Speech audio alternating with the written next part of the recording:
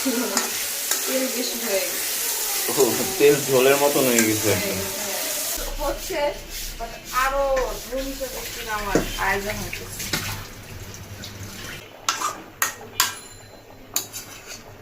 বৃষ্টির এই হালকা বাতাসের মধ্যে এই শাকের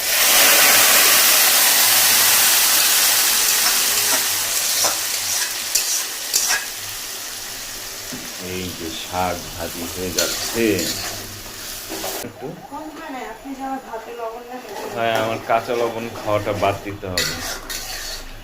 ঠিক আছে, আপনি একটু বেশি দিয়ে দিলেন। এখন একদম গলে গেছে, আরো বেশি লাল হচ্ছে।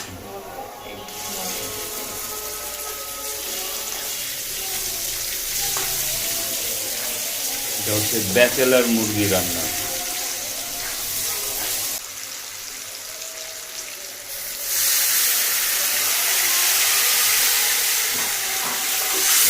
মুরগি আর শাক,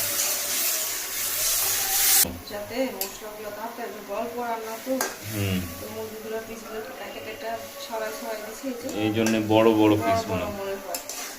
যখন কষানো হবে তখন পিসগুলো কষানো শুরু হয়ে যাবে, মানে একসাথে অত কাটে কেটে দিলে ভাইয়া যাবে, আর অল্প রান্নাটা কাটে কেটে দিলে তারপরে সেদ্ধ হবে, যদি তাড়াতাড়ি হয়ে যাবে। অসুবিধা নেই, একটু তেল বেশি দিয়ে মজা করে খাবো। না, তেলটা রান্না শেষে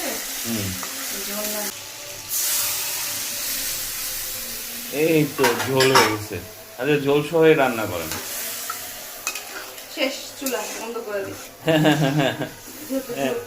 হ্যাঁ, ঝোল খাবো। এই যে হয়ে গেছে ঝোল। হ্যাঁ, থাকে এইটুক ঝোল হলেই হবে। এই ঝোল, হ্যাঁ, সাঁতার কাটা যাবে না। মজাই হয়েছে, তেলটা বেশি হওয়াতে এই ঝোলটা মজা লাগে। তো রান্না শেষ, দেন ভাত দিয়ে দেন, ভাত খাই। তো ভাত বাড়া হচ্ছে। এই হচ্ছে শাক,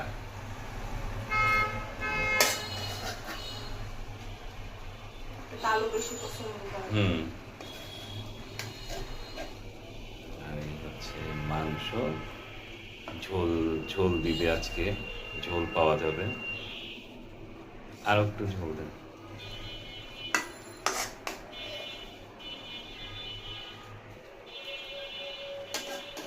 কি সুন্দর খাবার আজকে।